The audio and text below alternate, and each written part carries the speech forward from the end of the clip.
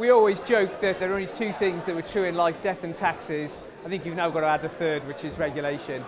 It's going to be with us all of our lifetimes, and probably my children's lifetime and my grandchildren's lifetime. It's the way of the financial world now. Heavy regulation, increasingly intrusive, and so we just have to learn to deal with it.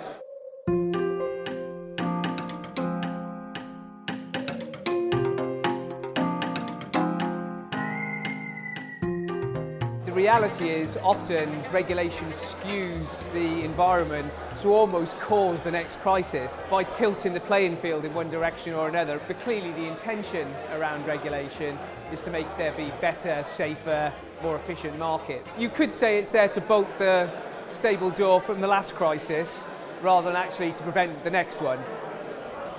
I think about regulation and the extent of how intrusive is it going to be, a little bit like nightclub doorman. And you could have the safest nightclub in the world by not letting anybody through the door. So the balance has to be, how safe do you need to make things whilst at the same time allowing the market to operate in the way that you would like it to have the social outcomes in many ways that you want it to have. Regulation can't remove all risk, but it has to be a level of risk that is regarded as being commensurate, safe, contained. The sorts of issues that you have on regulation are who actually will it affect? Can those people actually comply with the requirements of the regulation? How does it compare the particular market or product that you're dealing with other markets and products? Does that create bubbles in the other markets and products? And then ultimately things like sanctions and what the penalties are for not complying with regulation and so on. My background as a securitization lawyer, my focus on regulation in the context of this conference today is regulation around securitization. Securitization is raising financing or funding based on the performance of assets and the cash flows generated from those assets rather than the entity that actually created the assets in the first place. The regulation has to be consistent, it has to be clear, it has to give certain outcomes, it has to be capable of compliance by both issuers and investors in the markets that I work in.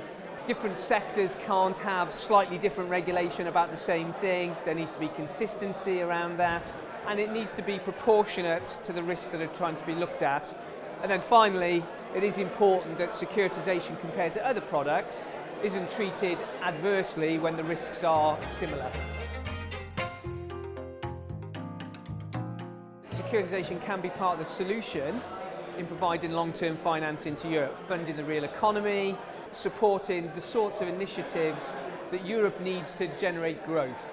Securitization can fill the void that the retreating of banks from lending, particularly outside of their own national markets. So if regulation is to be effective in Europe, it has to, yes, avoid worse successes of securitization and the role that it was perceived to have played in the financial crisis, whilst on the other hand, actually allowing there to be a vibrant, deep and effective market to develop.